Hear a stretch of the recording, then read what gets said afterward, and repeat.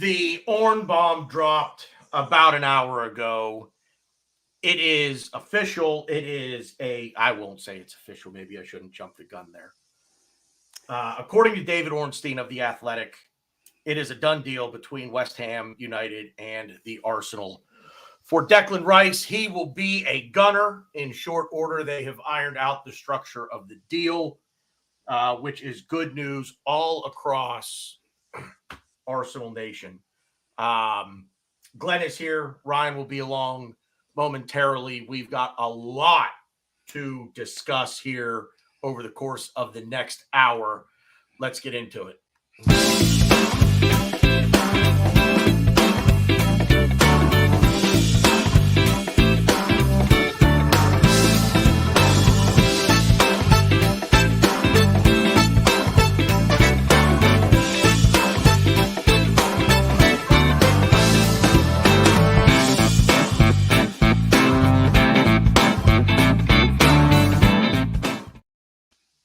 The other big news of the day, Kai Havertz is officially a member of the Arsenal now. He penned a letter to Chelsea, I guess basically because the video that had leaked last night as part of an interview. If I thought I heard somebody say that was something in with Germany. I don't know if it was the club interview or something in Germany or what it was, but the video leaked, and I think he and Arsenal had no choice but to release this information today and confirm it, make it official. How are you, everyone? Lots to get to today. It's a good day to be an Arsenal supporter. I've got Glenn in New York looking very sporty with his backward Adidas hat and his shades. And oh yeah, I know after a certain age you're not allowed to wear your hat backwards, but fuck you. I'll be dead before I stop wearing it backwards. So. And I'm glad you finally took that banner off. I'm like, oh, we're just going to talk with a banner for the whole show? Yeah, I'm very excited. It's my show. It's a no-nonsense show. And I'm not going to take any crap from anybody.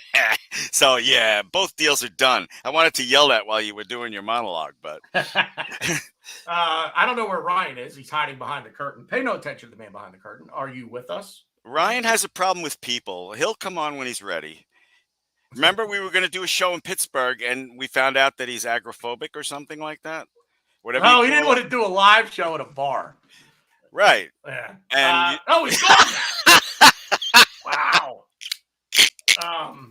Oh man, I usually ruin shows after like 15 minutes, not 5. Just after 15 seconds this time. How you feeling? I feel great. I mean, last time we talked, I know you did a solo show between our 2 shows here, but ever since our last show together, I have expected Havertz and what's his face. So yeah, I'm good. Yeah, it's a pretty exciting time. Declan Rice, I'm sorry. It is. Well, Canterbury Gooner says it's not a done deal yet. I beg to differ. David Ornstein has tweeted that the deal is finally agreed. Okay, here's what. Just let me say this, BG. While I was trying to figure out what the heck was wrong with my camera before the show, I was also looking. I put Arsenal news within the last hour, and there were like 20,000 articles that we got Rice. And so I think that's a pretty good indicator. Yeah. I in fact, I'm going to scroll back through tweets here just to find the David Ornstein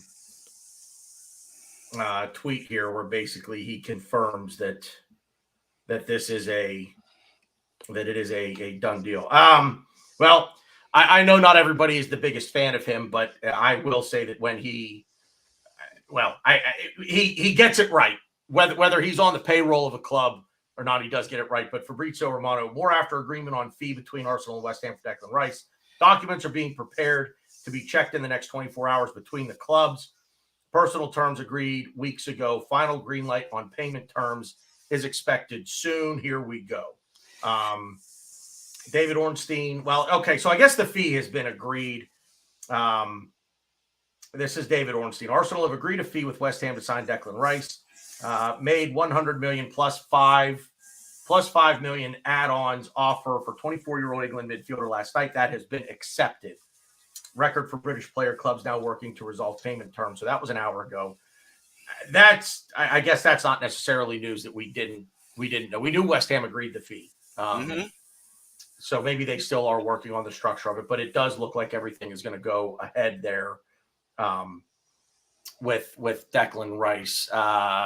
So Canterbury, I will retract my previous statement. You are right. They are still haggling over the payment structure. Okay, well, for this next hour, I'm pretending that Rice and Havertz are on the team because they are. Well, Kai Havertz that's done. That's confirmed. The club have confirmed it. He himself has confirmed it. Arsenal did put out a tweet. Basically Kai Havertz is a gunner. That's done. Okay, so BG, allow yourself to be happy unless you didn't want, one or two. I'm you have no idea.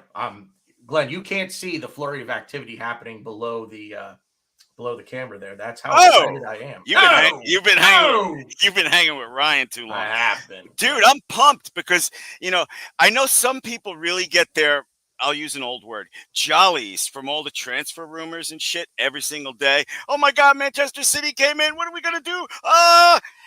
I just stayed away from it. I'm like, we'll get him. We'll get him. He said that he wants to go to Arsenal days before Manchester City jumped in.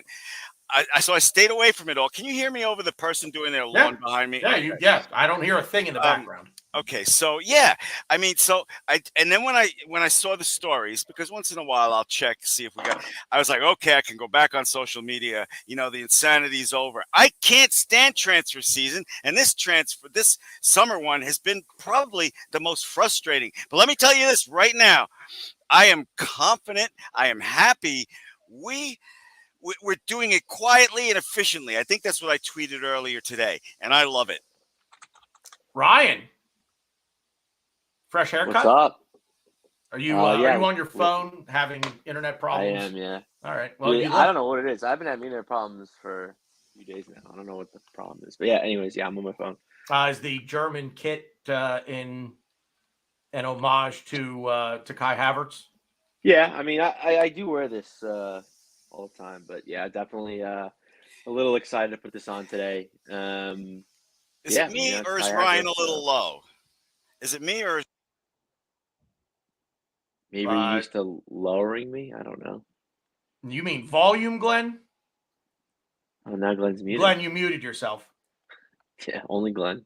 Only Glenn, right? How do I unmute myself? Did I? You just did. You just did. Oh, okay. I'm sorry, Ryan. I interrupted you. Not the first and won't be the last.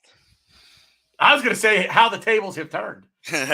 Please, Ryan, continue. Are you happy?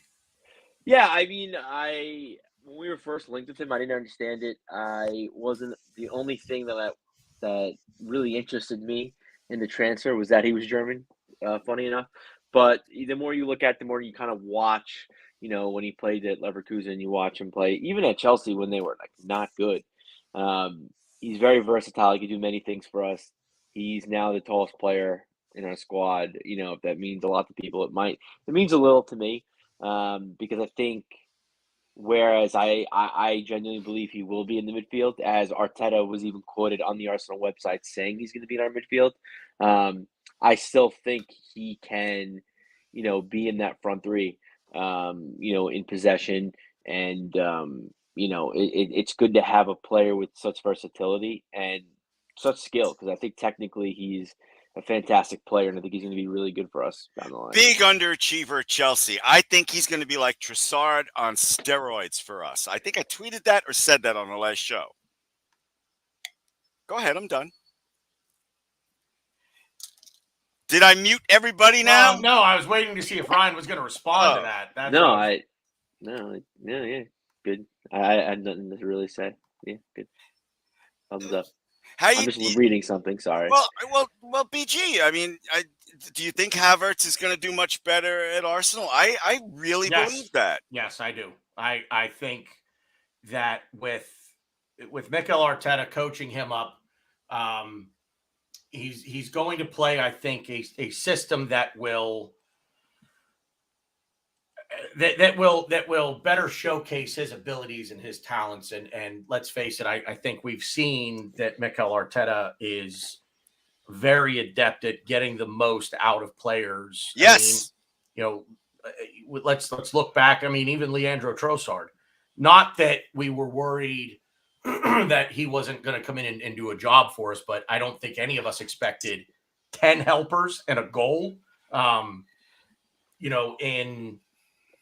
I don't know how many games he played. I don't have that number off the top of my head, but I think ultimately at the end of the day, you try to put players in the best. The mark of a good coach is putting players in the best positions for them to succeed and help the team. I understand sometimes you'll have a player that you sort of got a pigeonhole in, the square peg round hole kind of thing. I don't think that's what this is. Kai Havertz is a versatile player. He is going to play. He's going to be an upgrade on Granit Xhaka in that advanced left 8 role that I think he's going to play. And he will get into the box, and he's going to be a target man in the box with his height. He's what, Ryan, 6'4", something like that. And the other thing too, and he's 24 years old. What were we doing when we were 24 years old? I was still as tall as I am now. I'm 5'10", but I was skinny. I was skinny. I mean, the beer hadn't really taken hold of my body at the age of 24. My point being, he's going to fill out that frame with a little more weight, a little more strength, a little more muscle. And so he can go into the box then and be an even better target man, because he's not going to get pushed around and bullied by bigger center halves and what have you. Glenn, you had your hand up. What do you want to say? Yeah, well, first of all, you were skinny. And second of all, the beard. When did you become a Civil War reenactor? I'm assuming all of the changes happened then. Now, as far as Havertz. This guy over here. Glenn came with jokes today, Ryan. Glenn came with jokes today. Yeah, I was going to say, he'll be here all week. He's a stand-up comedian now. Yeah, right. Tip your waitresses, everyone. I tried stand-up for a couple of times. It was fun. I forgot what I was going to say. Yeah, you were going on about me being a Civil War reenactor. I remember. Okay, we're talking. When we got Trossard, I turned into my teenage daughter. Well, she's not a teenager anymore. I turned into my daughter. I was like, Trossard, whatever, because that lying Ukrainian guy that was blowing us kisses on Twitter decided he wanted to go sit on Chelsea's bench. So, what was his name again? The lying Ukrainian guy that said how much he loved Arsenal. No, the guy that went to Chelsea instead of us. Mudryk. Yeah. So, because I really wanted Mudryk. I was all set on Mudryk. I transferred Mudryk into my FIFA game. That's how confident I was we were getting him. Lion sack. Anyway, so, yeah, and then we got Trossard. Arteta brings out the very best in players. You're right, BG. I'm sorry, I can't hear myself over a lawnmower behind me, but you said you don't hear it. Yeah, I don't hear a thing. I don't know about Ryan. I don't hear a thing. Yeah. Now Kai Havertz, look, when he was still at Leverkusen and the rumors came out that Chelsea were in for Kai Havertz, I'm like, where are we? Why are we not in for Kai Havertz? Mm-hmm. Love him. I love him. I really, really think he is going to be a fantastic player here for us. The Chelsea thing, look, they're a mess. The thing is, Matthew De Souza here. First of all, what a way to start a podcast. Let me hit that. Yeah, that was great, wasn't it? I mean, listen, if we do nothing else, hopefully we make you laugh. Laughter is always the best medicine. Even if it's laughing at Glenn. I mean, girls laugh at me all the time. So, Glenn, I'm 45 in 3 months. You think I care about that? I don't. No, that ship sailed long ago, man. Dude, anyway, I always thought if you wanted to switch lives and come here and be married with kids, and I go in Pittsburgh and be single, I would do that in a second. I'm not single, but anyway. Okay, right. What's his name? See, he's been hanging around me too. Hey, Glenn. Glenn will be in New York City Improv. Right. Jesus. But Glenn, to answer your question, his name's Ryan. Oh my God, Ryan! Just before you came on, he's really rowdy today. I'm just warning you. Anyway, can I get back to Matthew DeSouza's comment? I Yeah. always thought of Havertz as a tall Mesut Ozil, so I wasn't a fan, hoping he proves me wrong. Okay. I I don't get that comparison at all, to be honest with you. I don't see Havertz as the playmaker necessarily that Ozil No, but was. he is a hell of a passer. Just Technically, real with quick. the ball, he's very good. He's No, I'm very not saying he's not. very- I I'm not saying he's like Ozil, but I see what people are saying in My certain okay. aspects. All right. I have when it comes to the World Cup, I root for the U.S., England, and then Germany, because my mom was born in Germany. She lived her teen years there till my father knocked her up, and I've always loved football and always loved Germany. And Havertz was on my radar 3 or 4 years ago, and I was really upset when he went to Chelsea too, and I am super excited about the potential that Arteta is going to unlock in that dude. Ryan, anything Yeah. else on Kai No, I mean, no, Havertz? I was just gonna say he's just a perfect Arteta player. He's young, but he has experience. And I think when we were, finishing back-to-back eighth places, and even when we came in fifth 2 seasons ago, it was always, a big topic of conversation was, should he go with age, like youth, or should he go with experience? And that was like a blurred line for us. With your Xhakas, your Aubameyangs, your Lacazettes against your Nketiahs. I wouldn't even say Saka because Saka was, kind of in the team regardless. But your ESRs, the players that have like a point to prove. And I think now when we kind of have the funds, we have the backing from from the Kroenkes, and we have something to show for it. We almost, we finished second place. We almost won the title. We're doing big things. So I think we're able to unlock these players that really fit our system in, dare I say, Declan Rice. But just in the fact that, they're young and but they have the experience. They know how to play in certain systems. They are very versatile, and that's another thing. It's just it's age, experience, and versatility.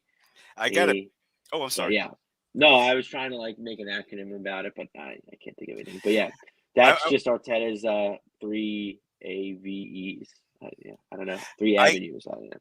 I'm sorry. I'm like No, I you're keep good. forgetting what point I want to make, so I'm sorry that I almost interrupted you like 7 times there.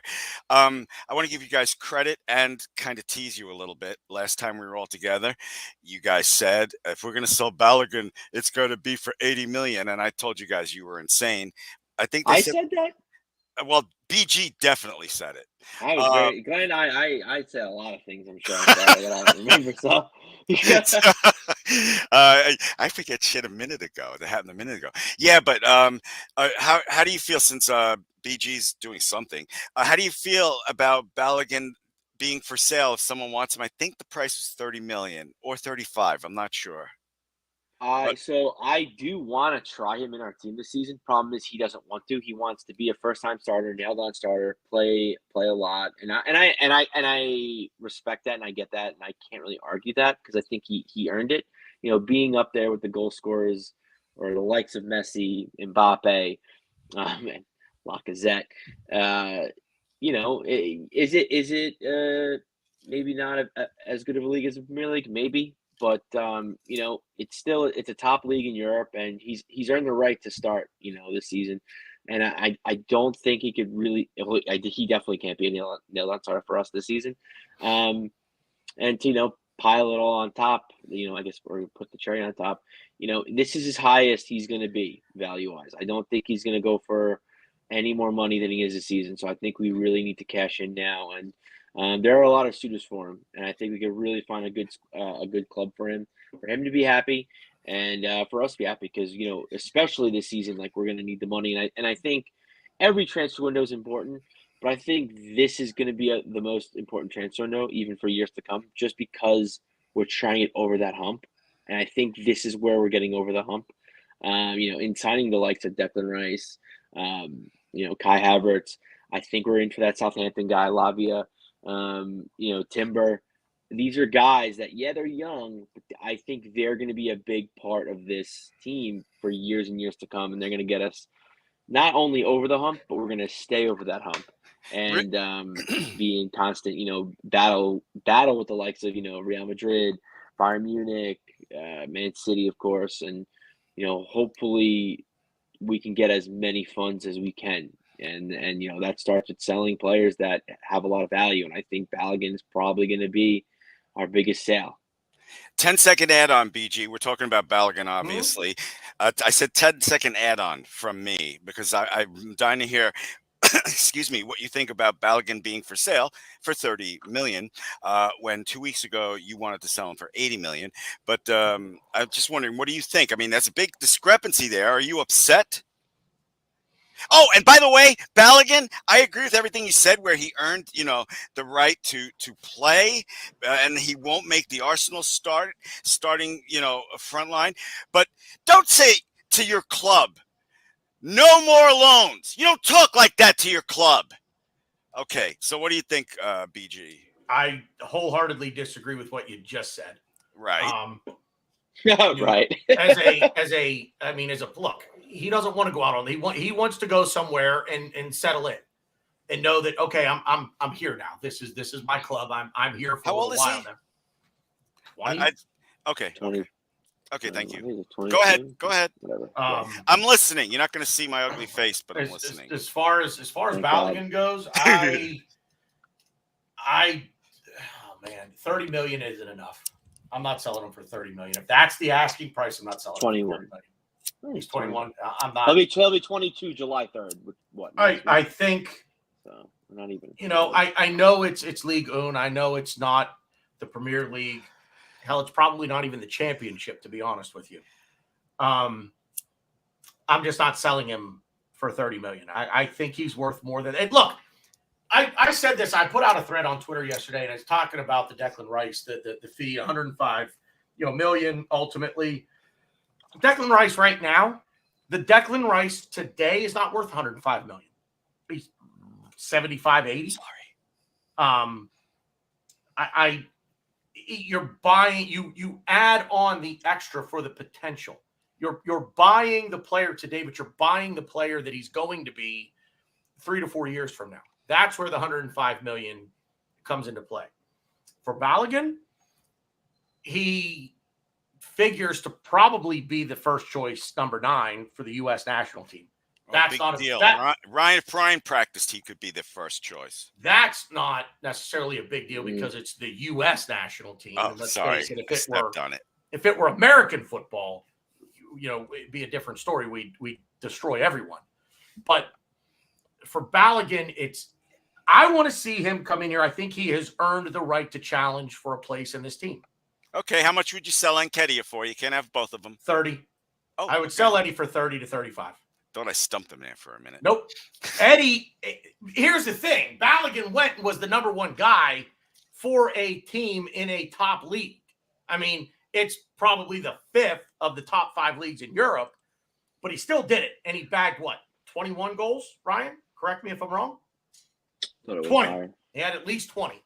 I think he had 21. So he was on pace with Kylian Mbappe at one point, goal-wise. He's earned, to me, the right to come in and challenge for a place in this team. Gabriel Jesus is not going to start every game that we play. Right off the bat, we've got at least 38, 21. 44. So 21. 44, 45. We have 46 games on the calendar as of right now. The 6 Champions League group stage matches, the 38 Premier League matches, and a League Cup and an FA Cup match to play. If we win them, obviously, we move on. Gabriel Jesus is not going to play all of those games. Bukayo Saka should not play all of those games. Gabriel Martinelli should not play all of those games. Rotation is going to be key. Gabriel Jesus, yes, he picked up the knock at the World Cup. It wasn't in the league or anything with us. It was at the World Cup, but still. These things are going to happen. And the more you play a guy, the higher the likelihood is that he gets hurt. I agree with Canterbury Gooner 100% here. No way we sell him for less than 50 million. Wow. And if you're selling him, if we're selling him in England, but make it 60, 65. You don't find number 9s that grow on trees Ugh. that can lead the line for their national team, every day. So I'll be honest. I've seen what Eddie is in this league. I would rather sell Eddie than sell Balogun. I would prefer to keep all three at the beginning of the season and make a decision in January of which one to let go. That would be ideal. I know it's not ideal for the player, but if I'm thinking about the club, that's how I would play it. I think Fuller and Balogun is going to be I think he has the potential to be elite. I don't know about world class. World class, elite. But I think he's gonna bag 20 a year for somebody somewhere. Whether it be in England or on the continent, he's going to bag 20 a year easily for the next 6 to 8 years of his career. Given he stays healthy. Ryan, I missed what you had said about him. I'm sorry. I think you were kind of banging the Fuller and Balogun drum the same way I was. No, yeah, I think we should. It's so tough. I'm not good at valuing players and like, oh, how much would you take for Eddie? How much would you take for Balogun? I mean, I try to like relate it to other players. Like for instance, Iwobi went to Everton for 34 euros. I think both players have a potential to be way better. And listen, Iwobi's actually been one of their best players at Everton. And I'm not saying, he's bad, or I'm not saying he's world class either, but I believe Eddie and Balogun have the potential to be way better than Iwobi. And I think we should not be selling him for less than what we sold Iwobi to Everton for. How about the original BG question, which is keep all three, or if you have to get rid of one? We have to sell one. We need to generate funds now. And all right, well, pick it. In theory, I like the idea of selling one in January. Honestly, I like the idea of potentially selling Balogun because I think he's kind of agitating the move a little bit. Sell him, get some funds, bring in a striker now, and then maybe cut Eddie loose in January and sell him. And probably because in January there'll be some strikers there'll be some teams looking for a striker in January because whether their striker goes down or hurt or whatever. And when you have that, when you have desperation from those clubs, you're going to get a pretty penny. So it would be nice to do that. Problem is, I don't know who we really sign now. I think people have said it, and I agree. I think we signed Tony, but I don't think you sign him now. I think you sign him in January. But the question is, how much are we willing to pay for him? How much can we get him for now, versus how much we'd be able to get him for versus how much we would be able to get him for in January? I don't know, but that's just something for a dude to probably look into. This is just how we rate players. You guys obviously rate Balogun way higher than I do. So it was a nice debate, but you can have the last word because we're not going to convince each other because we rate the players differently. I think right now I don't want to say shocked, but I was a little surprised about his goal tally in the French league. But in the same respect, he has it in him. I think he's going to be good, and I think I'm more focused on his potential because that's what you want to do. And that's kind of what we are. We want to buy players based on, and you want to give them the money based on what they're going to do, not what they did. And I think we should be able to sell Balogun for a pretty penny based on what he's going to do, not what he did. I just, the French league has been slightly poisoned for me because of Pepe. He was such a stud there and he was like such a colossal bust here. So, I'm also biased a little for the French league, which shapes my opinion of Balogun. That's fair, and I agree with it. The only issue is that sometimes, you only can look at what you see. And, right. If you need a striker and you're like, oh, this guy, and I would like to think right now, let's say Balogun and Lacazette are right now on the block and teams want to buy them. They're gonna put more money into Balogun than Lacazette. Lacazette's older. It's all demographics and ages and numbers and shit. And but no, I get where you're coming from, Glenn, because I honestly, to be fair, I thought Balogun would be a lot better at this point in his career. But I think he also needs a system. I think he's the kind of player that needs I don't want to say be coddled, but I think he wants to be the guy, and I think that kind of translates into him choosing USA over England. Like, obviously, he wasn't getting into this England squad anytime soon. We know that, but I feel like the American national team kind of wined and dined him a little bit and kind of fed him like hey, we're doing big things. Hey, we could really use you. You'll be our striker and all this, that, and the other thing, and really kind of sold him. And fair play, because I think he's going to be really good for the United States men's team. Ryan and I, it's not necessarily cutting Eddie off at the knees to make Balogun seem taller. It's not that. It's just I've seen Eddie in the Premier League. I've seen him get a run of games. And it's like at the start of that run of games for Eddie, he comes in, he's house of fire, he bags a goal a game, and then he falls off. And he just kind of trails away. He doesn't really create his own shot. I've seen the goals that Balogun scored in the French league, and again, pinch of salt, I get it. There's a better player in Flo Balogun than there is in Eddie Nketiah. And again, I'm not trying to pile on Eddie when I say this. The bottom line on Flo Balogun for me is easily 50 million.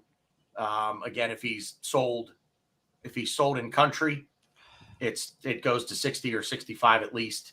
On the continent, I'll tell you what, I'll follow him wherever he goes. I mean, now that he's playing for the U.S., I'd have followed him regardless. But now that he's playing for the U.S. men's team, I will follow. I'll keep up with his career. I'll be interested to see how he does wherever he goes. I know there was a rumored link to AC Milan. Be very curious to hear what Mikey Hers thinks about AC Milan.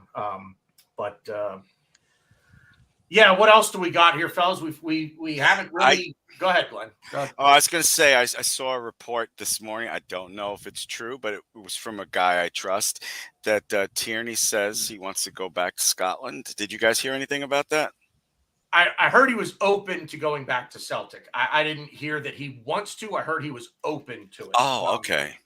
That's what I saw. So, okay, because I mean, we still have some stuff to do this transfer window. Where believe me, I'm over the moon about Havertz.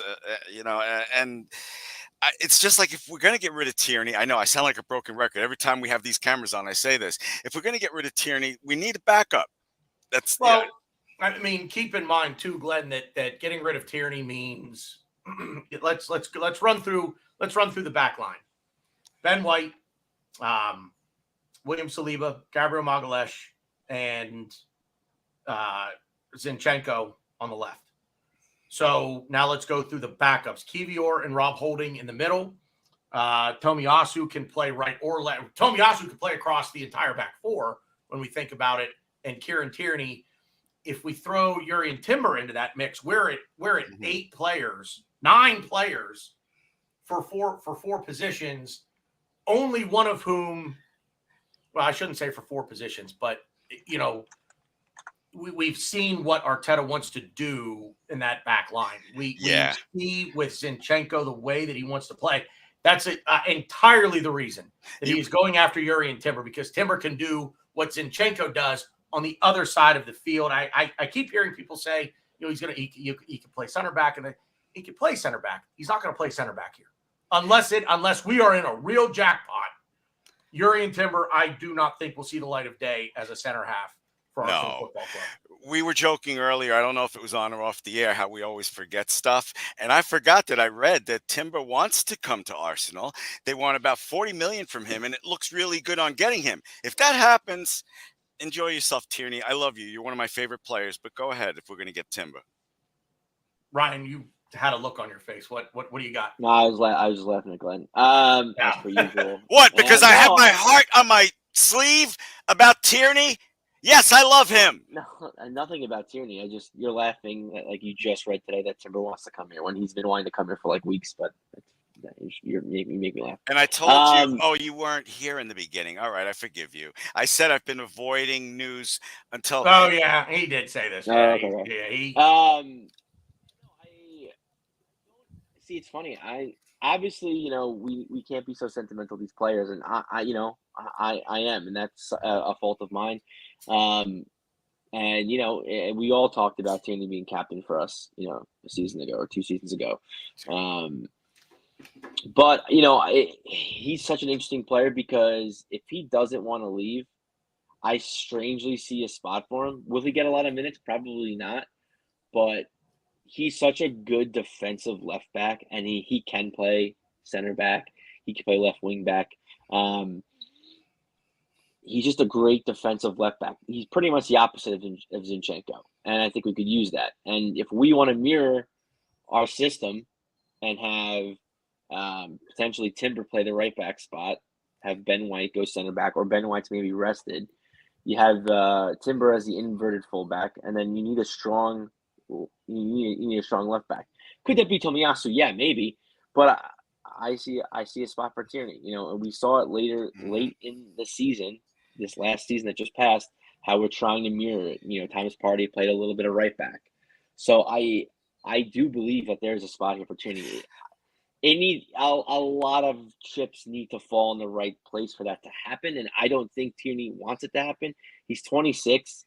He could really he still has a lot of football in him. He still could captain a decent team. He still could be an important piece he can be an important piece to a Newcastle. A starter for a team that's going to be in the Champions League. So it's very tough. So I wouldn't be upset if he stayed, but if we can get him for a good fee, then I think we need to jump at the chance. One more point on Tierney. He's injury prone, of course. That's a negative against him. But Arsenal fans sometimes have the memory of goldfish. Do you guys remember 2 years ago with his crosses into the box? And teams were actually concentrating their defense on stopping him from getting those crosses into the box. And he's a little bit better on defense than Zinchenko. However, he's a lot better. Thank you. And I have been trying to read why the hell he wants to leave. And the only thing that consistently comes up in the articles is he's still having trouble adjusting to Arsenal's way of playing, Arteta's way of playing. That's the only thing that pops up randomly in different articles. That's a common denominator. Maybe I'm wrong, but I'm just telling you what I read when I think Kieran Tierney's just more of a traditional left back, or we'll say a left full back, where he's much more sound defensively. Offensively, what he's going to bring is he'll bomb down the left side. He'll put a great ball into the box, but he's not going to do what Zinchenko does, which is drift into the midfield and create. When we've seen Kieran Tierney carry the ball and drift into midfield, what does he do? He's running at goal and he's taking the shot. He's not making that move to create for someone else. He's making that move to drive at someone, get around them, and get his shot off. That's what he looks for. Kieran Tierney is one. Glenn, you and I, we agree on Kieran Tierney. I do not want to see him go. LL Cool James in the house. Great show earlier, my friend. Enjoyed watching that with you guys.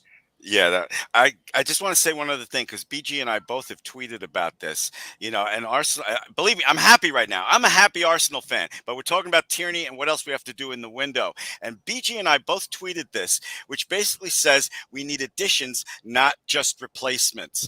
And, there's still some names to go. I saw that Holding is almost gone. I don't know. I could be wrong. I saw that this morning too. He's for sale. I think at the end of the day, Ryan, what now what? Just laughing at Glenn. He's just throwing things. He's just throwing things to the wall and seeing if they stick. He's right. Glenn, I have a question. What's Caicedo's number on Chelsea? Because apparently he joined them like 2 weeks ago when you said it. Oh, and all right, I don't know what to say to that. You guys had him going to Arsenal, so I didn't have him going to Arsenal. I just didn't. It wasn't cut and dry that he was going to Chelsea. Okay, can you guys fill me in on this, since we're doing, a minute of Glenn is stupid right now? Did Xhaka say goodbye yet? Just a minute, huh? Oh. God, did Xhaka say goodbye yet? Who's doing the stand-up? Did Xhaka say goodbye yet? Because didn't Havertz just take his number? No, Xhaka was 30. Xhaka's 30. Oh, okay. He was 29 when he came here. You're half right. Okay. It's funny how he's out here and he splits the As per 34, usual, Glenn is living I'll in the take past. I'll take half right. Take half. Yeah, listen, take the win, man. Take the win. Where were we? I mean, let's talk about. I mean, look, I think the Declan Rice thing is going to get done.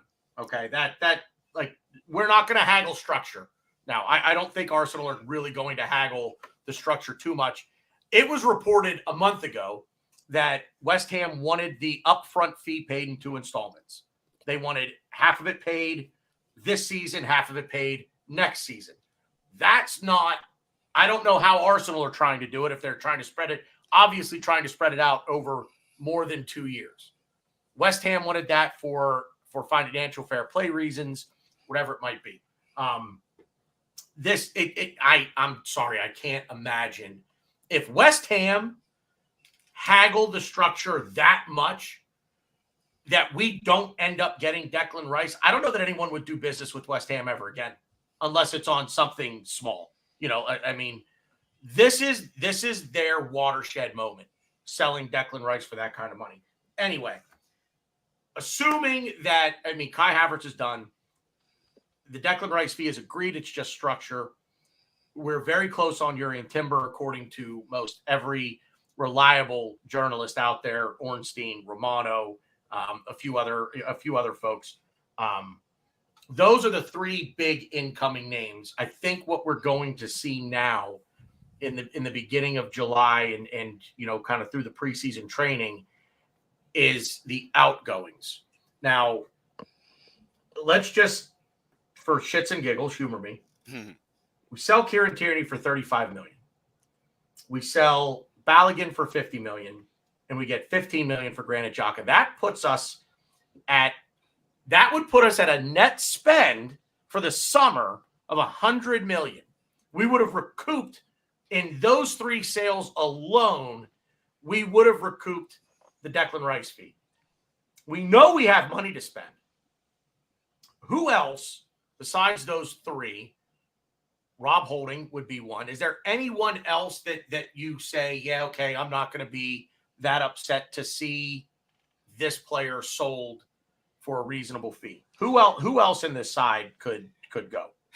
One thing I learned early when I became a Premier League fanatic is you have to be ruthless to compete in this league. You do. So, your scenario, I'll take that if we get Timber. But I still think we might need some help. Well, who else? Well, here again, back to who Talking else? about sales. Who would you sell, Glenn? Yeah, who else do we sell besides Kieran Tierney, Balogun, and Xhaka? Eddie. It's either Eddie. Sell Eddie. Yeah, it's now Eddie. you got to go buy a striker. Now you got to go buy. I don't think I'm not. I'm just saying. I'm not disagreeing with you. Probably, but we have so many versatile forwards and even midfielders that can play forward, like Kai Havertz, that I wouldn't be too worried about it. But I guess if I'm Arteta, they're probably gonna be like, oh, we should probably buy somebody. So yeah, we'll probably buy somebody. But don't forget too, we also have Pepe on loan. We have Tavares on loan. Trusty's probably getting sold. Runnerson. I know they talked about him on Team Old Arsenal earlier. Shout out James. I don't think he gets sold. I don't think anybody wants him. I forgot he was even in the squad. So did I. He was linked heavily with Anderlecht, but they couldn't agree on a salary because we probably pay him too much. I wouldn't be shocked if we can get something for him, even if it's I like pennies, but we can get something for him. But also on the flip side, I could see they also brought up the good point of there's a potential that we could just loan him out until his contract expires and not renew it. Fine. Probably do the same thing for Cedric Suarez. We got a fee for Pablo Marie. Lakonga. We're probably for Lakonga looking for a loan with a buy clause in it somehow. Marquinhos, not even same thing. We'll probably just loan him out. Yeah, it's tough. Besides the names I mentioned, I don't know. Glenn, anybody else who else would be on the block? No, I just wanted to say Tomiyasu. I want to read. No, I wouldn't sell him, even though he's injury prone too. Ryan said one thing I wanted to bring up is that Havertz can play striker. and Trossard can play striker. So it's, Eddie can stay, and I think we're all right up front. I really do. Jacques is leaving, though. Jorginho's going to be 32 next year. One more midfielder. I can't think of any right now, though. All right. So let's go through some names here. Give me a dollar amount. I have a dollar amount myself. Give me a dollar amount for some of these guys. Rob Holding. 8 million. Realistic. Oh, okay. 15 million. Maybe no, 12 million. 12 million. I have 10 for Rob Holding. Ryan? Sure. I don't know. I told you I'm like really bad at this. Yeah, 10. Eddie. I don't think we'd get as much for him as we would for Balogun. 25. 25, Ryan? 25. And it's funny. The shows that I've been listening to that talk about Eddie at the end of the season, they're like, and I get it. I'm not saying he's tearing up trees. I'm not saying he's amazing. But like when we needed him, he delivered. Yes, like, thank you. I don't understand why people don't understand. Like when we gave him a string of games, he delivered. I mean, granted, yeah, he's not gonna score every single game, but what did he have 5 goals in 6 games for us? I think he did a job when Jesus was out, and I think when Eddie did taper off towards the end, but we were struggling as a team and we weren't scoring as a team. So like I don't know if you fault Eddie for that. I don't know, But he's young. I think Eddie, we can get Eddie for at least 40. Again, 40. I think he's got better potential than Iwobi. I think we should sell him for more than what we sold Iwobi for. So the Iwobi's 34. Real so quick 35 to 40, I would say. Real quick on Eddie, Matthew De Souza brought this up. Balogun wants to start. Which England team will agree to start him and spend his 40 million? So that's Balogun. I'll take that question, but I'll pose it with Eddie. There are a couple of England. Crystal Palace is the name that jumps off the page at me to buy either one of those two players, but I don't know that they'll spend the money that it would take to get either one of them in. I'll split the difference. Glenn, you said 25 for Eddie. Ryan, you said 40. I'm going to go 35 on it for Eddie. Can I just say I really like Eddie. The way that you, BG, were talking up Balogun earlier, that when Thierry Henry talks about Nketiah like that. Real quick, yes or no? 35 million offer came in for ESR. Yes or no? Oh, no way. No, he's untouchable. He's not untouchable. Well, all right, nobody's untouchable. But on my team, I'm FIFA 23, and with him, I'm hitting the Y, block all offers. That's what I would. Yeah, I would do the same thing. Yep, I'm with you there, Ryan. I think that's your boy. If you turn the numbers around to 53 million, I would still laugh in your face. 50? No, 50. You're crazy. You're crazy for 53. Here's where my head is with a lot of this stuff. If somebody comes in with a crazy offer, and let's face it, I think we're getting to a point in football with transfers. We're getting into crazy numbers for players. Mm-hmm. Like we just are. Yeah, I think that's the thing. It's talked about, but I don't think it's talked about enough when it comes to, I guess, when we talk about like selling players. Like when I talked about Eddie, and I said 40, and Glenn was like, "Whoa!" It's like I said, we sold the Iwobi for 34, and that was right. A few years. That was what? There's the years ago? That context. The money is getting bigger. Yeah. Like the players, like is Rice worth 105 million? No, but like it's just the value of these players. I just think the, like, for instance, I think the transfer record is just gonna every year or like almost every other year just constantly get broken because the value of these players is just gonna keep going up and up and up and up and up as the game grows more money and gains more money. Well, I just want to say I see where you guys are coming from because there's always deals that just raise everybody's price up. Okay, and the Declan Rice deal for 105 makes everybody else's price go up. That's all I want to say about that. I will say just Declan Rice as the example here. If the calendar says 2024, not 2023, but everything else is the same, he still has a year left on his contract, but it's next year, his price, he probably goes to 130, not 105, simply because it's just a year later. Mm-hmm. The same player this year could go for $100 million. Next year will go for 125. Same exact player, same contract. If it's, you understand what I'm saying? Just transfer everything a year later. Prices every year are going to go up, just like Ryan said.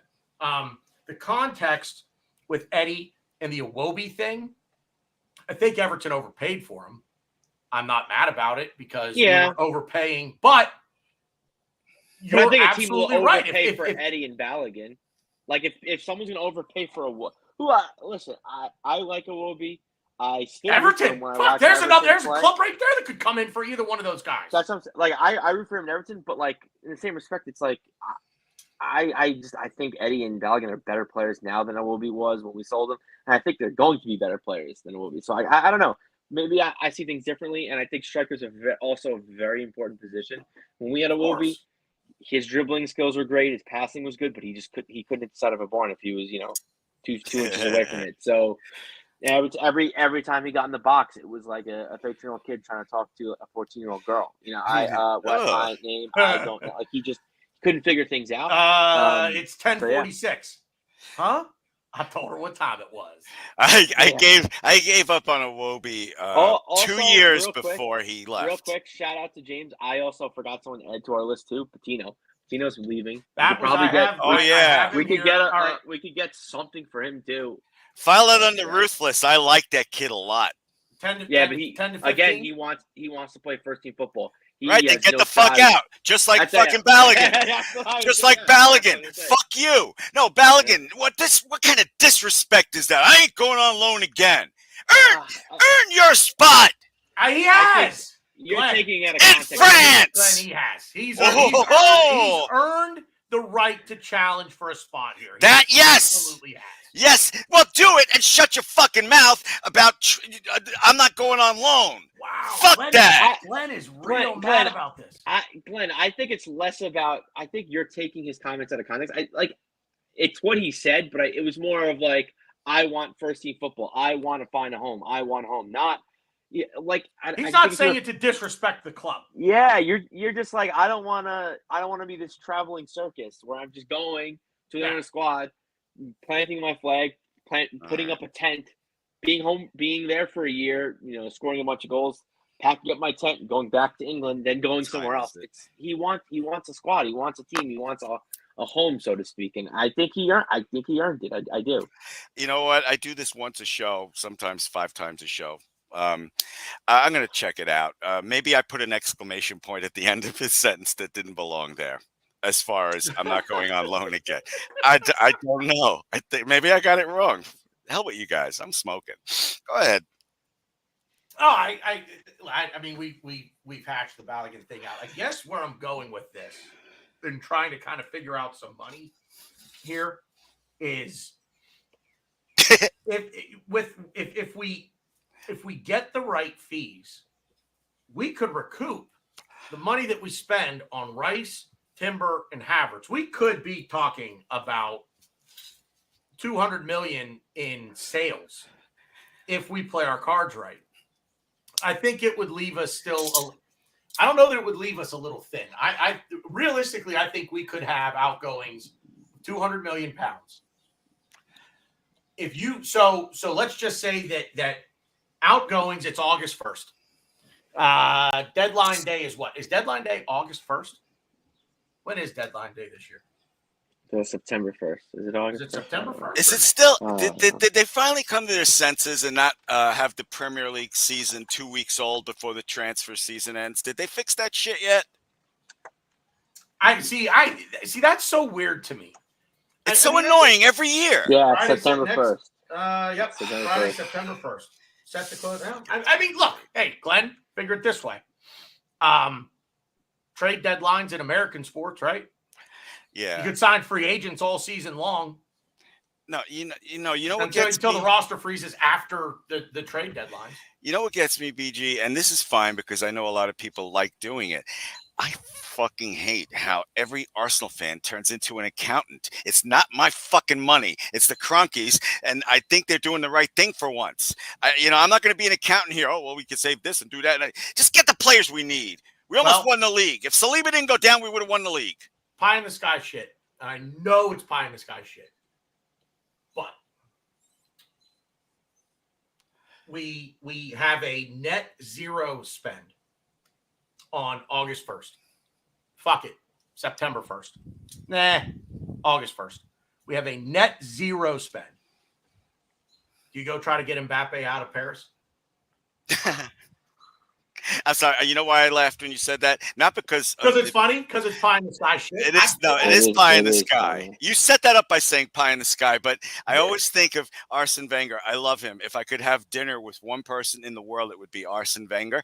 But do you guys remember a few years ago when Mbappe started becoming the superstar that he is, and Wenger said, "I almost had him." Don't tell me that. You don't remember that? I do. I very distinctly remember it. Okay. I'm telling you, I just feel like there's something else big out there. It's not going to happen before preseason starts. It'll probably happen in August. Might happen on deadline day. It's a hunch. It's not anything that I have read, have seen. It is none of that. I just have a hunch that there is something else big out there. And I feel like it's going to be a striker. I feel like it's going to be an attacking player that versatile, can play across the front three, much like most of the guys that we have. You don't think we're deep enough there, BG? Here's the thing. I think we're deep, but we're talking about a player that's going to start in one position and saying, oh, well, he can play the number 9 too. Bukayo Saka is not going to play every game. Gabriel Martinelli is not going to play every game. They shouldn't. Gabriel Jesus is not going to play every game. He shouldn't. We have to have some rotation. I want to see a squad, really, what I'd like to do is I'd like to see a squad where we can look at 22 guys and say, here's a starting 11 here, and here's a starting 11 here. And I am perfectly comfortable with running out either one of them on any given day. That's where I'm at in terms of squad building. We're close.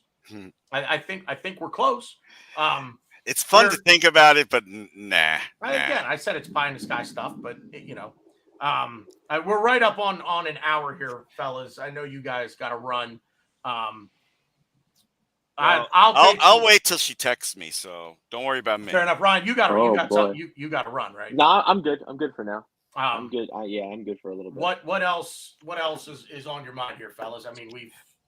I mean, I also forgot someone too. Another person I don't know. I don't know. He should probably be loaned to a Premier League club, but Brooks Norton-Cuffy.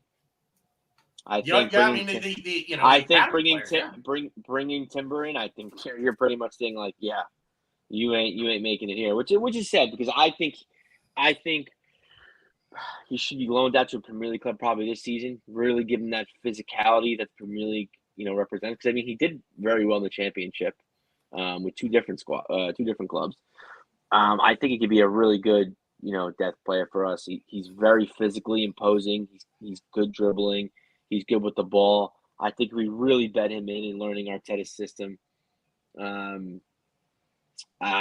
think he would be a really good player, but we're bringing Timber in, so I don't really see a path for him. So I don't know if we maybe sell him to a Premier League club with like an option to buy or some kind of buy clause or something, because I think we could generate some money for him, because I think he's going to be a really good player. He could be a Jurian Timber in a few years. Multi-position player, Timber. If we have one more person coming in, as you're talking about, BG, and we get him, I'm good with that. I think we will be in the hunt all season long. That's all I can really add to what Ryan just said. Reece Nelson, Demsek asked if we know what's happening with Reece Nelson. Did he hasn't signed a new contract then? No, they said that all the agreements were made, but I've been looking for that too, because I like Reece Nelson the way you like Balogun. I haven't seen anything official yet. I love Reece Nelson. I am a Reece Nelson guy. Go ahead, Ryan. No, I think he's signing. I think it's the last I heard was that they're hung up on a few formalities, like a few nothings. I think we're definitely gonna give him a little contract, or I shouldn't say a little, a contract. I think he's got a part to play, especially if a rumored 100,000 a week is a thing. He definitely has a bigger part to play than he played last season. Yeah. And to have a bigger part to play than that Bournemouth goal, I mean, he's gonna get more minutes. That's the way you do it, Balogun. Not by saying "fucking I ain't fucking going on, Oh no my God. fucking more, no more." Don't say that. Glenn's not going to quit beating this drum, Ryan. You know, We're that, gonna- right? we're gonna- He's we gonna- got- Look at your teammate Reese Nelson, Balogun. After the show, if anybody wants to join us, come into the green room. We're gonna teach Glenn what context means, and we're gonna give him some examples. And Fuck you. kind of just go. I can't believe she hasn't texted me. She hasn't texted me. Bite your tongue. What's I wrong know. with you? No, I wish I had more to say. So, BG, what's your thoughts, man?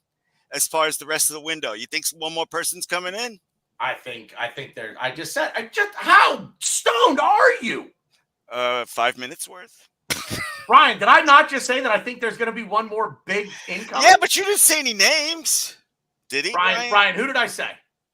Said him. Well, you asked Mbappe. That doesn't count. What do you mean it doesn't count? All right, we'll get Mbappe. All right, I want to change my final thing. I want to go in a time machine, go back into 1969, and bring Pele back here. Jesus, we're not getting Mbappe. I'd rather have Mbappe. He's younger. Do you want Timber or not? Mbappe wasn't BG. in 1969. I do. What'd you say, Ryan? I said Mbappe wasn't even thought in 1969. No, that's why I did this. His dad was either. I was just doing a stupid time reference, and my dad was from South America. That's why I love South American football. So, all right, seriously, BG Tanner. Forget Mbappe. Forget Mbappe. Forget Mbappe. Who is worse, him now or me on that Friday? If it's not Timba, shut your mouth, Brady Bunch downstairs. If it's not Timba, who do you want? And don't say Mbappe. Yeah, Mbappe. Not you, him. How do I point to him? Ryan, the answer to your question is him. He's worse. Yeah. Him. That guy. He's insufferable right now. Don't say Mbappe. Come on, I'm pointing at you.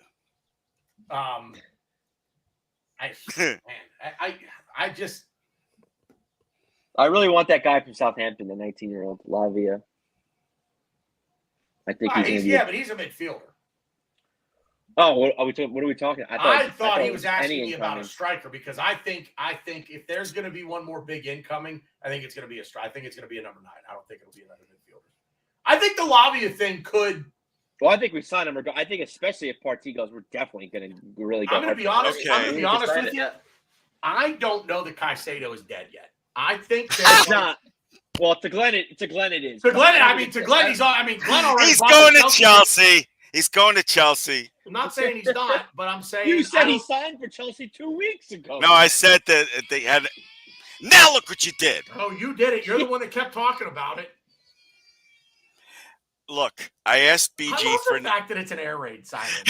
I asked BG for names, and he started giving me numbers. So I guess I'm just gonna leave now because this is like don't pile on Glenn right now, and you're all piling up on me. So I'm leaving. Whoever is watching this now and whoever watches it later, thanks for watching, guys. I'll talk to you real soon as I figure out how to do this thing. Bye for. Is he complete his own sentence? I love it. Oh my Lord, it is. He's something else, man. When he gets on one, he's something else. Yeah. He was worse. He was worse. Anyway, that's all I've really got. We had our chat. I really, it's funny. I really don't want to go for Mbappe. I know you're like fucking around and buying this guy stuff, but I legitimately don't want why? him. Tell me why. I think he's going to up to the dressing room. I think he's going to be on way more money than he should be. I mean, one of the best players in the world, so I don't know what his salary should be. But I don't want to – I think he's going to be on – I think for what he wants is going to be too much money in comparison to the rest of the players in the dressing room. I just don't think he would mesh well with the team. He had ego problems at PSG with egomaniacs, yes, but I don't like his – I don't think his personality will mesh well with the Arsenal team. I don't know. Also, I wanted to bring this really quick because I'm gonna forget this. I was gonna bring this up on our last show, but I forgot. I don't know how true this is, but apparently, it's not true. I heard it once in a tweet, but Alexis Sanchez was trying to come back, and Arteta's like, no. I saw the thing that like he Arteta called said no. Arteta and was like, "Hey, can I come back?" And Arteta was like, "No, you don't. He fit didn't in call here." Arteta, but yeah. Whatever. But that was interesting. I just thought that was very, very funny. But yeah, I don't know why Mbappe made me think of that, but yeah. Yeah. But yeah, I agree with you, by the way, about Caicedo. I don't think it's dead. I think we're going to get him? No. I think Chelsea have a very strong grip on him. I think it's going to be tough to get him away from Chelsea's grip. But like, if we can get all of our things done, our priorities done, we can get Partey sold. I mean, do you want to sell Thomas Partey? Do you want to sell him to Saudi Arabia? Yes, because they're going to overpay just because of the money aspect. Yeah, 40 million. If you, I want to call. Yeah, I think you're crazy if you don't. If someone comes up to you tomorrow and goes 40 million for Thomas Partey, 40 million, you'd sell him for. That's what he's quoted for. Yeah, what? Wow. You wouldn't? No. 40 million for what is he? 31, 32? He's always hurt. 100, and especially Lapia, 19 years old. Timber I can slot in there. Zinchenko can slot in there. I guess where my head is at is 40 million. If it's Rice in and Partey out, I don't like that deal. If it's Rice in with Partey, but then Partey goes and someone else comes in, then I'm okay with it. 40 million. Well, yeah, I think that's what the rumors. That's what everything. How long is it? How many more years does he have on his contract? 2? I think 2. Yeah. Indeed, 40 million. And we have Jorginho too. Demsek. We have Jorginho, which he's quoted to not be going anywhere. Which I mean, yeah, but he only has a year. The contract we gave him was 18 months. So but you're saying Lazio was sniffing around. Sarri really wanted him, and he was like, no, I'm happy here. I'm staying here. So and it was some, the tweet said something about like he wants to help the new guys or the young guys understand, losing the title and stuff, and he wants to be a part of that. Yeah, I mean, this Demsek makes a good point here. I mean, yeah, okay. I guess I'm not really thinking about, does he run his contract down? I don't know if he would do that, but and like the quoted thing is also 18 million from Juventus. No, I wouldn't do 18 for Juventus, but like 40 for Saudi Arabia, I think you're absolutely out of your mind if you say no. Because what did we buy him for? We bought him for 55, or no? I think we bought him for 45. His release clause was 50. We paid the release clause. Okay. Euros. It was 50 million euros. So 45 million pounds, give or take. So I guess we lose 5 million after we got his prime 4 years. I'm okay with losing the money. I mean, again, like Glenn said, it's not my money. I'm okay with the club losing the money on the sale because you have to understand something. You're not. Even if we sold Declan, I don't think we would.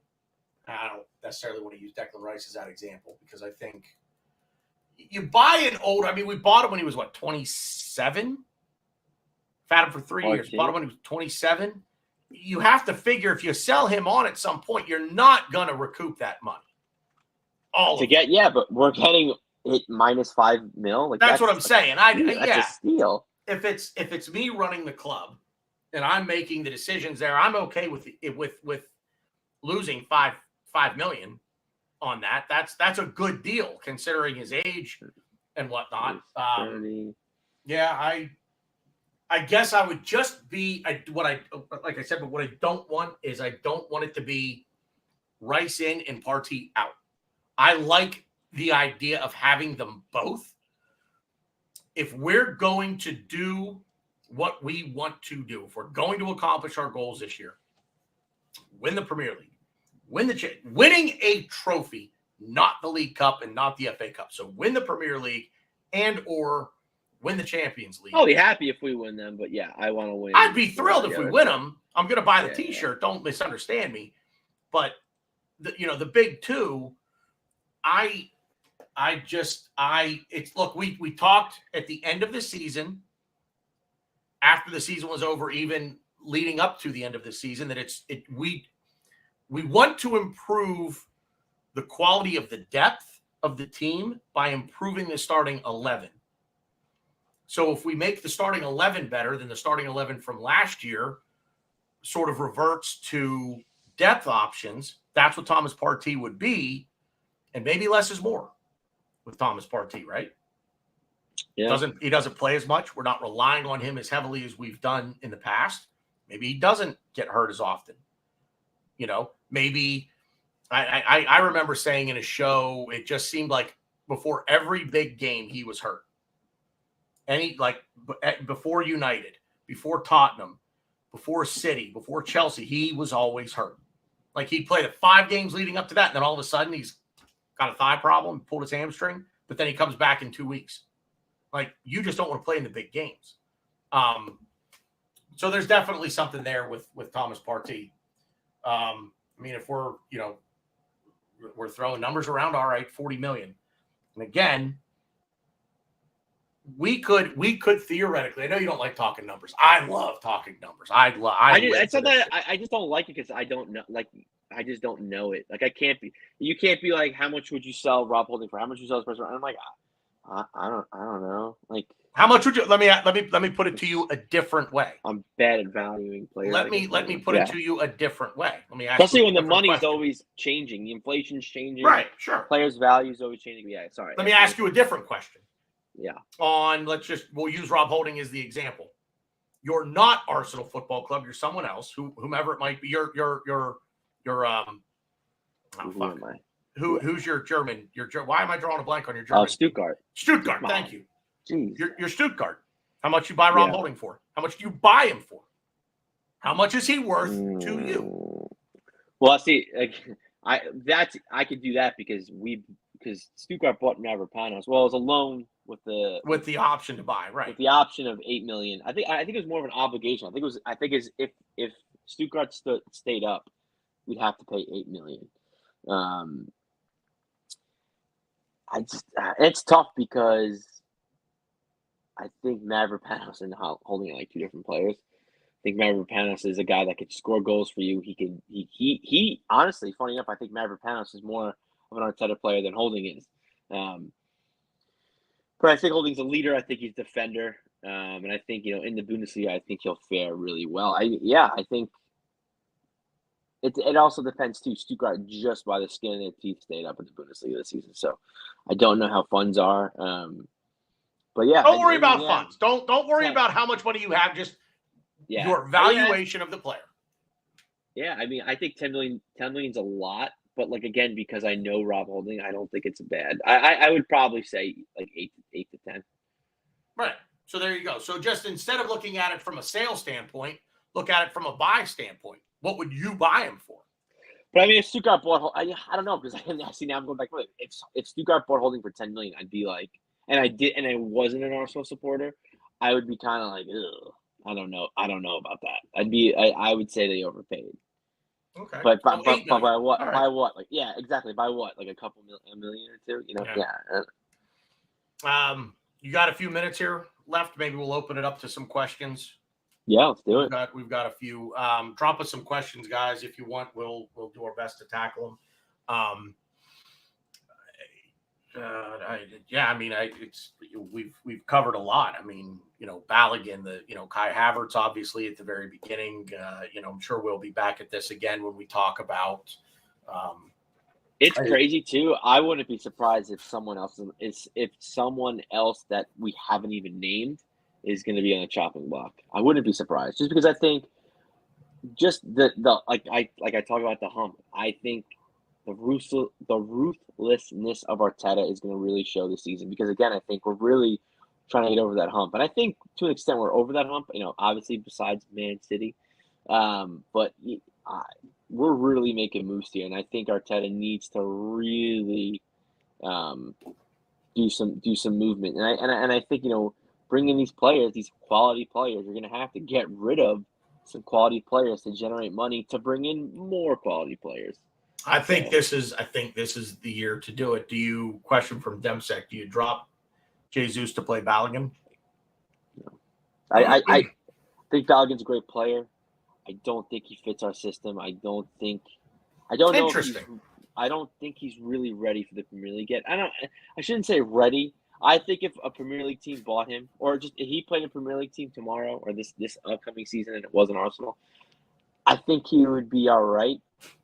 But like, he almost to an extent gives me Dominic Solanke vibes, where like he'll go. Bournemouth bought him for a shitload of money, and he's done nothing. I think he would be better than a Solanke, but like, again, but that's the thing. Like, you want to be in that spot that Liverpool's in, where like, I actually want to know now. I don't remember how much. Bournemouth bought Solanke for a ridiculous amount of money, and rightfully so. What was it? Was he on the under-21 World Cup England team?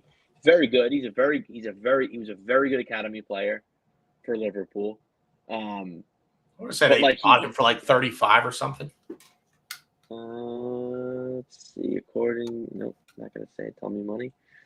That's a lot. You really think it's 35? That's a lot of money.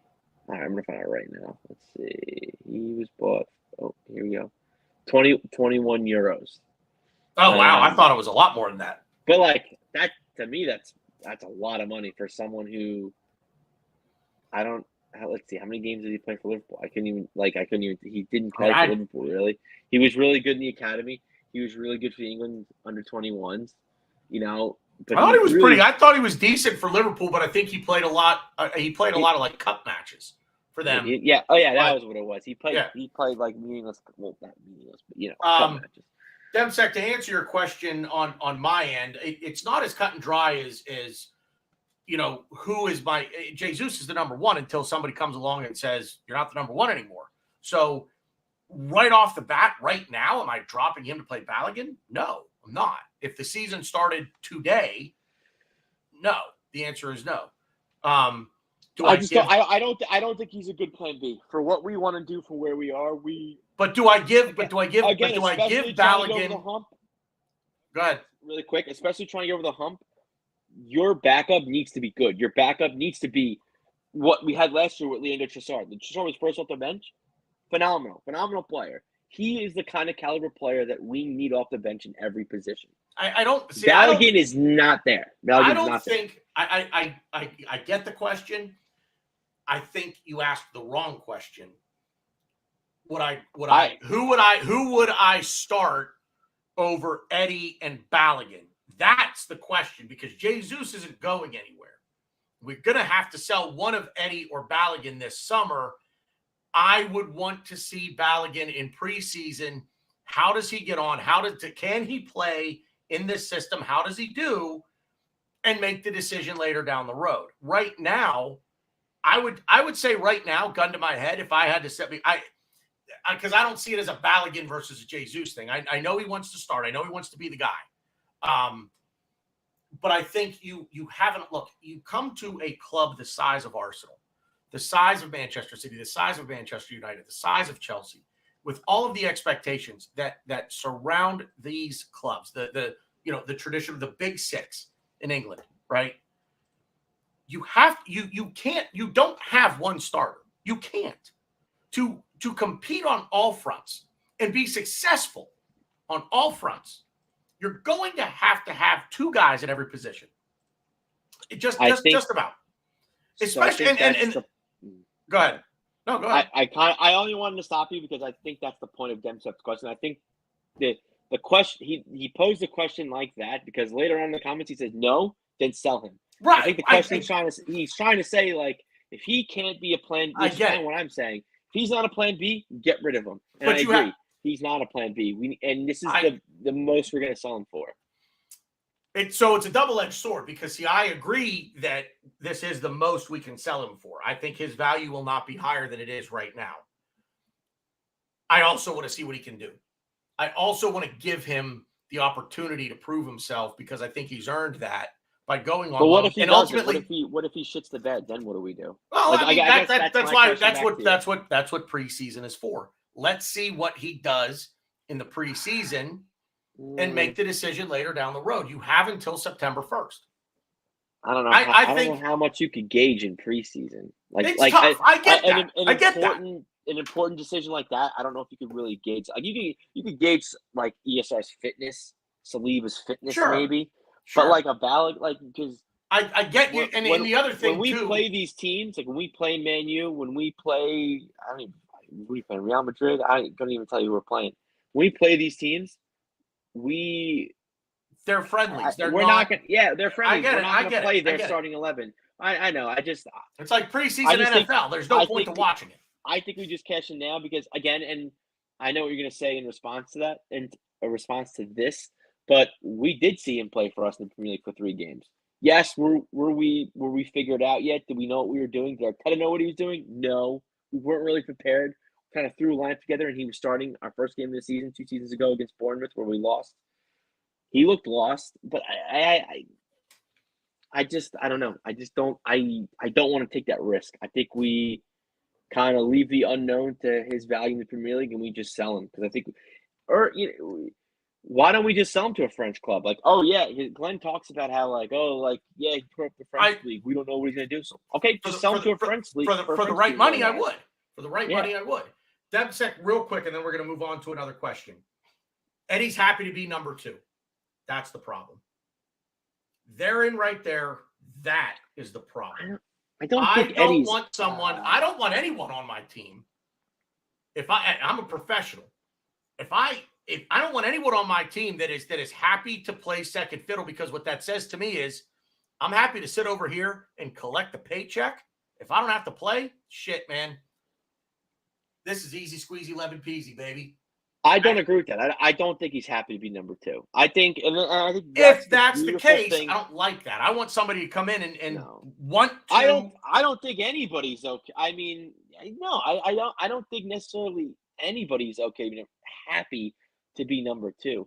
I think the beautiful thing about football, about this game, is you have the FA Cup, or whatever. You have your country's FA Cup, your country's League Cup, your Europa League football for a lot of teams. You have your actual league. There's so many opportunities to play. You're not gonna, Arteta does it, and it's kind of an anomaly. But not every team plays the same 11 players on the pitch every game. So, like, yeah, you're the number 1 when it comes to like an important game, but like. But the starting 11 we had the first game of the season is not going to be starting 11 in our FA Cups. But not going to be starting 11 in the League Cup. Right, not going to be starting 11 eventually, in the Champions League. But considering how far you go in each competition, the Premier League is different. The Champions League or Europa League is different at the beginning in the group stage because you're playing the matches no matter what. When you get to there is no elimination in the Premier League. You play the 38 games, and when it's done, we look at where we are, and that's what it is. Champions League is a little different. Yeah, the group you've got to finish 1 or 2 in the group to move on. There's the League Cup I get. The FA Cup, the FA Cup it's the oldest trophy in sports. Arsenal have won it. We've won it 14 times. That's a competition I want to win. So the League Cup, obviously we would all say the League Cup, that's the lowest of the priorities in terms of trophies, but they're all important. That's why I say I would want to be at a point where I can look at my squad. I mean, we can carry 25 players. So we theoretically can run out a starting 11. We have a starting 11 for this, and we have a starting 11 for this. In playing Champions League football, I think you need to have almost 2 different not necessarily 2 full-blown starting 11s. But I would not play the same way in the Champions League if I'm the manager that I play in the Premier League. The opponents are different. I want to expose weaknesses. Not everyone is the same, and you don't see the European sides. Different horses for different courses. Exactly, like you always say. So, I guess back to real quick, and then I want to get on to I want to go to Brady's Bananas question. I almost said something that might have gotten kicked off the air for. I think the better question to ask is pick 2 of the 3 of Eddie, Balogun, and Jesus. I would it's and again it's tough because you're right. You do have to make the decision kind of now on Balogun. Well, yeah, I mean you have the summer. We have till September 1st to make a decision. And I get the preseason friendlies and Sean says, by the way, Sean, new name. Thanks for being in here. Hopefully you subscribe to the channel, please, and thank you. Friendlies with no semblance of a likely starting 11 ever on the pitch at the same time. True. So, but that's another thing. If you're trying to see how he's going to do, run him out there with some of the guys that are going to be in the starting 11. I don't need the back four to be the starting 11 and see how Balogun plays with them, but I want to see how he plays with Martinelli and Saka or Trossard and Nelson. I want to see combinations. I don't want to take one player out and put another player. I want two sets of front threes. I want two sets of back fours. I want two sets of midfield. You know what I mean? Like, I get you're going to rotate. That's how Pep plays, and that's how Arteta is going to play. I mean, it's how Arteta kind of is playing. Yeah. That's how Pep plays. When Pep takes one player out, he normally takes someone with him, a partner, so to speak. I'll answer this really quick. When we rest Saka, who, if any, will Arteta have 100% faith in to replace him? The answer, Brady, is no one. Arteta will not have 100% faith that anyone is going to duplicate what Bukayo Saka does. It's not a matter of duplicating what Bukayo Saka does. It's a matter of doing your job the way that Mikel Arteta wants you to do your job. Leandro Trossard, who can play across the front three. I hope, I'm a Reece Nelson guy. I want to see Reece Nelson get a lot more playing time.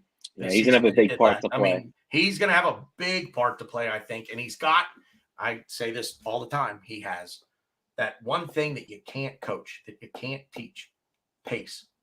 You either have it or you don't, and he has it. And he's got a hell of a shot. He can score goals. He's got a role to play. But I think he's most like if you had to pick any two players. I think him and Saka are most like each other. They're both brave. They're willing to take on the man.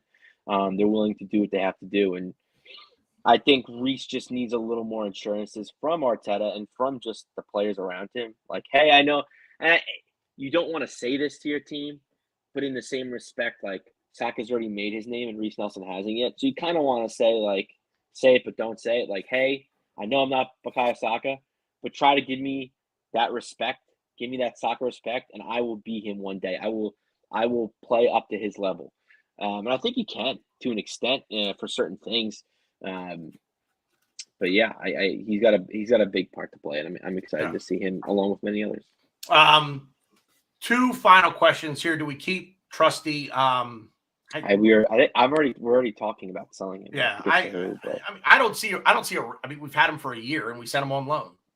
What was the point in buying him if we're going to sell him after a year? I think he was. Birmingham.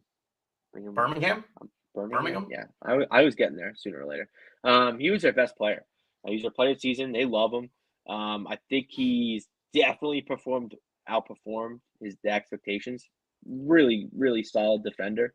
I don't think there was ever a plan on him coming anywhere near the first team squad, and I still don't think so. But I think we're gonna get a few bucks. So that's good. I'm excited for that. But yeah, we're definitely not keeping him. Just for shits and giggles, did that lot down the road get so desperate to improve their center backs, their biggest need, that they shell out for Harry Maguire? If they get Harry Maguire, I don't know what I would do. I mean this. Obviously, I mean this from an entertainment value. But my favorite non-Arsenal player is Harry Maguire, just because he's just the most entertaining footballer I've ever seen. Oh. How he gets the armband, how he gets in. Obviously this season since Ten Hag came in, he doesn't play at all. But how he gets minutes is just it baffles me. How bad he is. It's comical. Like the things he does, I'm like, how does a professional football player do this? Listen, I'm not a professional player. I feel like I always say this as a disclaimer. I don't claim to be, but some of the stuff he does, I'm just like I don't even know if I would do that. It's just insanity. So if he goes to them, man, whew. Speaking of them, did you? Yes, you get out of my head because I was literally probably just going to ask you the same exact question. Go ahead. No, about James Madison's having his medical. Did you see the tweets?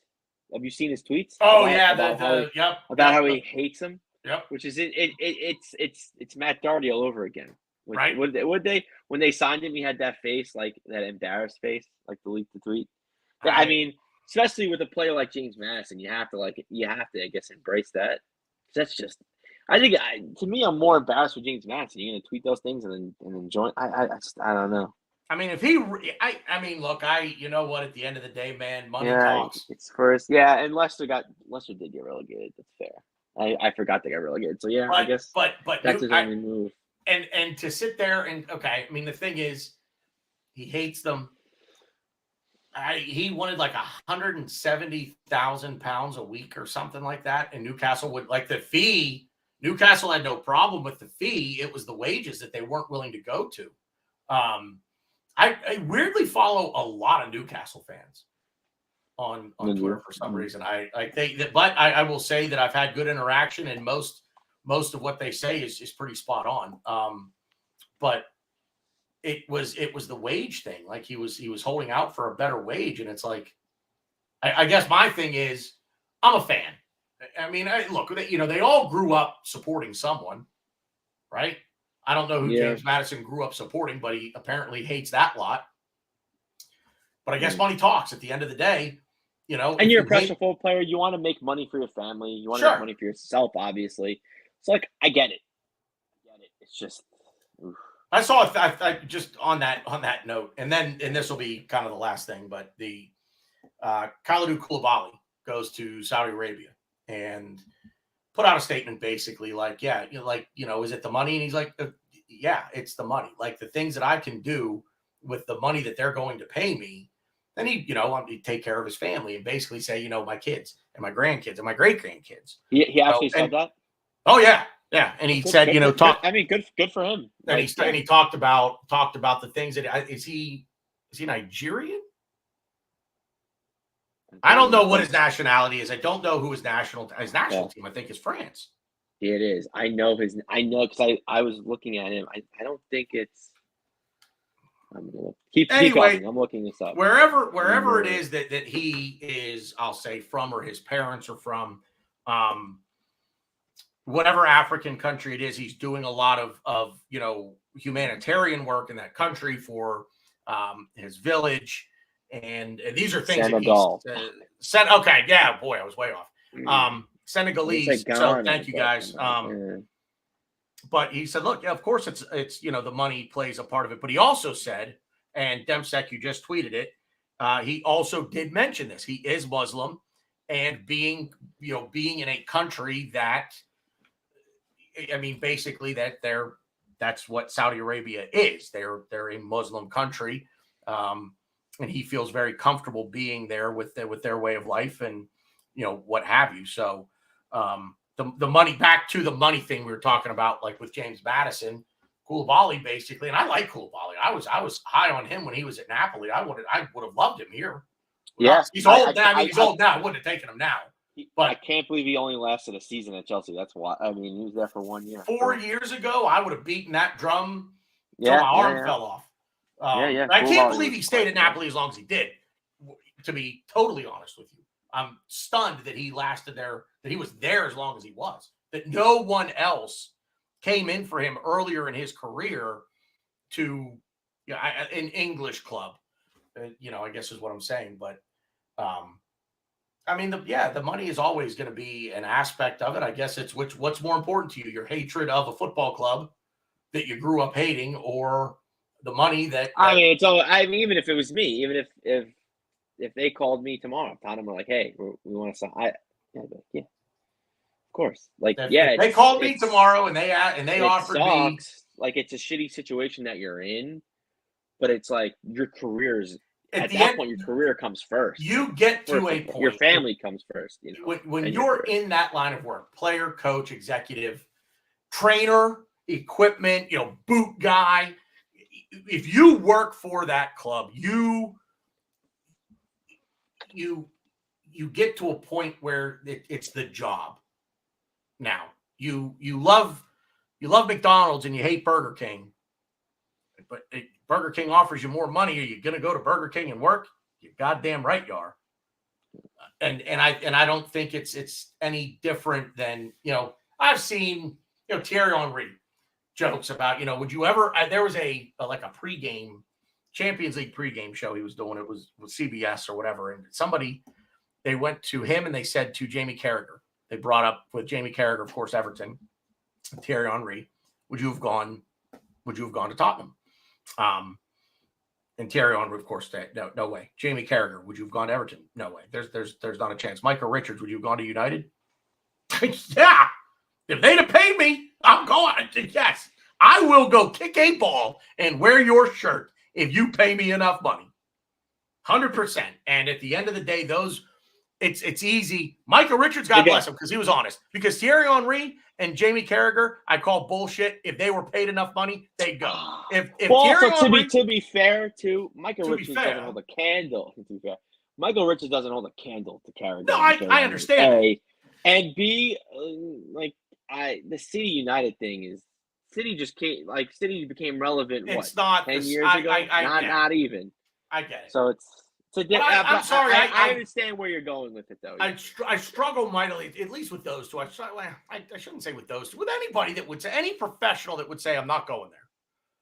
I struggle mightily to believe that they wouldn't go there if the money were right. I mean, look, if I was a club legend, like again, just take the argument. If I'm Thierry Henry, I'm a club legend at Arsenal, and again, I'm not in the position, so I can't say, definitely. The money that it would take. I really don't think I would go. I don't care. I don't think there is an amount of money, because you would think if you're a club legend at a place, they would pay you just enough to be like, yeah, we're not paying you what they're paying you, but we're paying you enough to where your family is, taken care of. But you don't have to worry about anything. But you're Thierry Henry. You're not going from CBS to ABC. You'd be going from CBS and being a pundit on TV to say coaching. If they backed up a Brinks truck and handed you a blank check and said, off you go, what will it take? And they said you cannot write a dollar amount on that line that we will not say yes to. I'm telling you, the $1 Million Man said it best. Ted DiBiase, baby. Everybody's got a price. Everybody's got a price. I get it. But again, in that very specific instance, and boy, oh boy, did we go off the rails here. Everybody's got a price, man. And it's a little different with Thierry Henry and Jamie Carragher, because they're not coaching at their clubs where they made their name. They're on TV.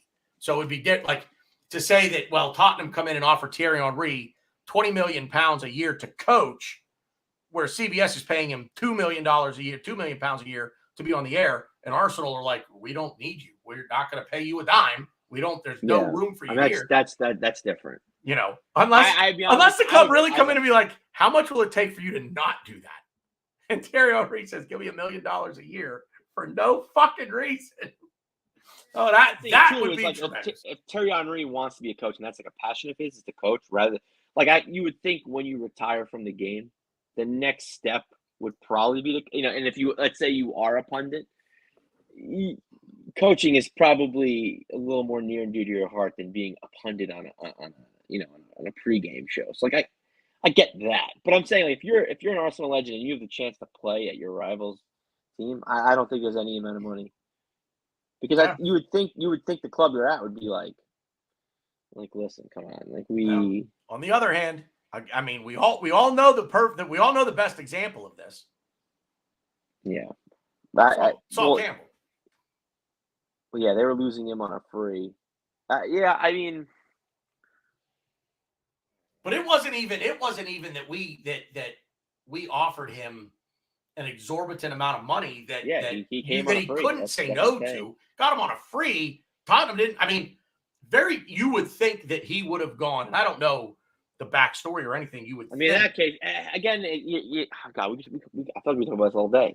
But the thing really too is Arsenal were winning trophies. They were not. True. So at that point, you're like, okay, I think a lot of rivalries, especially nowadays, are one-sided in the fact that you could see a player going from A to B, but not necessarily B to A, just because of one team being significantly better than the other. Yeah. Michael Richards, when he was on Man City, they weren't shit. And then you want to go to United, a fucking a powerhouse, like I'm Yeah. sure he would go to Man U and win all those trophies, you Right. know, and play with those players. It would have been it would have effectively been the same thing. Yeah. All right. Yeah. Let's get out of here because we could get on topics and we could go for another 2 hours about. We could do this all night. So we're at an hour and 40 minutes. You got anything else? Any final thoughts? No, I'm very curious to see the direction of us this summer. You know, when we secure Havertz, secure Rice, secure Timber, it's going to be interesting to see what we do next. I do think we need to sell some players, but I also think that there's going to be a second wave of transfers that we're going to try to complete. And I think Lavia is going to be one of them, and maybe another one. I agree wholeheartedly. Time will tell. I just, again, I go back to when I actually write out the dollar amounts that I think we can sell players for. We could, middle of July, end of July, we could be in a position where we have a zero net spend. In other words, what we spent on Rice, Havertz, and Timber, we've recouped in player sales. And we effectively wipe the slate clean and say, okay, what's our budget again, and go hit it hard again. And if Caicedo drags on with Chelsea, where'd you go? He gone anyway. No, there he is. If the Caicedo thing drags on with Chelsea, I can absolutely see us, going back in there. Demsek, thank you, man. Appreciate you being here. Caicedo too, yeah. I can absolutely see us going back to Caicedo and saying, what's it going to take? And the other thing too, man, is the wage bill. We've really cleaned up the wage bill. We can afford to, at least from what I'm understanding. I talked to Magic Mike from the Gooners Pod about this, and wage bill and whatnot, and it's clean. It's a clean wage bill right now. There's nobody on exorbitant wages that don't deserve it. There's not really anybody that's on an exorbitant wage, period. So I know it's pie in the sky. No, we can't afford his wage. Supposedly I don't want his person in the locker room. Mbappe. I'll put it this way: if it's a money thing, I think we could pull it off. I think Arsenal could pull it off. I don't. If it just money, I think Arsenal could pull it off. Anyway, that's it for me. Thanks to Ryan for being here. As always, my brother from another mother. Glenn, wow. He was on fire today. Blazing up. Again. I know, man. Like it's funny. Boy. Anyway, thanks to everybody in the chat. Demsek, Brady's Banana. Matthew DeSouza was in there. Sean, I'm not going to try to say your last name. I'm afraid I will butcher it. There were some other folks in there. Russ was in here earlier. Early Doors Football was back in there. Good to see you back. Anybody in the chat that interacted, thank you guys for that. Thanks for watching. And if you made it this far, you're watching on replay, thank you guys very much. Drop a like on the video. Make sure you subscribe to the channel, please. And thank you. Would love very much to get 27 subscribers and get us back up to 1,000. That would be tremendous. So anyway, we'll be back roughly in 2 weeks. And hopefully at that point, we're talking about 2 more official signings and unveilings and kit numbers and all that good stuff. So as always, it has been good footy talk. We'll see you out there.